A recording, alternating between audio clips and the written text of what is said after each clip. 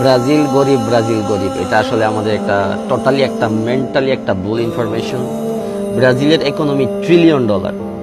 তারা agro কমোডিটির number 1 সারা বিশ্বের মধ্যে, এভিয়েশনের নাম্বার, লিস্টেড নাম্বার, তারা যত ন্যাচারাল সোর্স আছে সেটাতে নাম্বার 1। সো ব্রাজিলের সম্পর্কে যারা জানেন না, আপনারা উইকিপিডিয়া বলেন বা ব্রাজিল সম্পর্কে আরও জানেন যে এক একটা স্টেট কত বড়, এক একটা স্টেটের কি পরিমাণ রিসোর্স আছে।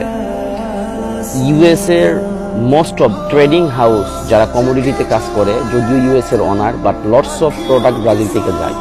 সারা বিশ্বে যেমন coffee, Germany number 1 exporter, but জার্মানির 100%-এর মধ্যে 80 না 85% সোর্সই আসে ব্রাজিল থেকে, মানে ব্রাজিল প্রডিউসে নাম্বার 1।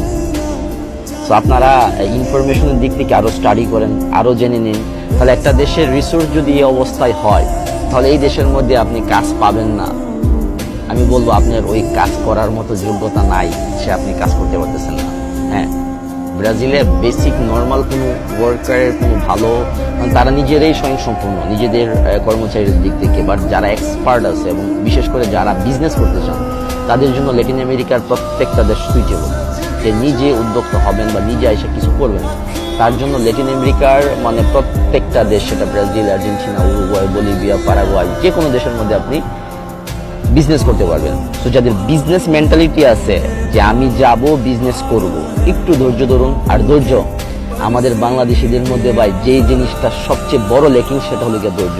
এই ধৈর্যের জন্য আমরা আমাদের একটা পরিবারের ওয়াইফ তার হাজব্যান্ডকে সম্মান করে না, হাজব্যান্ড তার ওয়াইফকে সম্মান করে না, মা বাবার সাথে ছেলের সম্পর্ক নষ্ট হয়ে যায়, বন্ধুর সাথে বন্ধুর সম্পর্ক নষ্ট হয়ে যায়। বিজনেস রিলেশন যে বিজনেস করে 2, 4, 5, 10 বছরের বিজনেসম্যানের সাথে রিলেশন শেষ হয়ে যায়।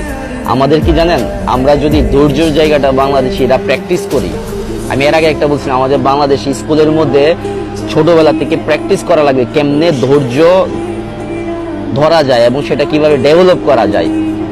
তাহলে বুঝতে পারবেন তাদের বাইরের দেশের মধ্যে এইটাই পার্থক্য। তাদের মধ্যে ধৈর্য আছে, ডিসিপ্লিন আছে, সম্মান আছে, ভালোবাসা আছে, হিংসা আছে, কিন্তু আমাদের মতো না যে একটা হিংসা আরেকজনকে টাইনা নামানোর মতো হিংসা নাই। সো আমাদের এই জায়গাগুলো ডেভেলপ করে দেশের বাইরে আসতে হবে। আমিও এক সময় বাংলাদেশিদের মতোই, সবার মতোই ছিলাম। যেহেতু বিদেশে আইসা অনেক ফরেনারের সাথে কাজ করে হয়তো নিজেকে চেঞ্জ করার চেষ্টা করতেছি। আর আমার মেসেজগুলো আমি আপনাদেরকে দিতে চাইতেছি, কারণ কে জানে আমার মেসেজ থেকে যদি কেউ আমাকে পছন্দ করে বা কেউ নেইমারকে পছন্দ করে, বা আমার মেসেজ থেকে যদি ভালো কিছু আপনারা নিতে পারেন, সো আমি নিয়ে যাব। আমি কথা আছে, নিজের খায়া পরের জন্য করতেছি। আসলে আমি যেটা করতেছি, আমি যেটা জানি, সেটা যদি আমার মাথার মধ্যে রাখি,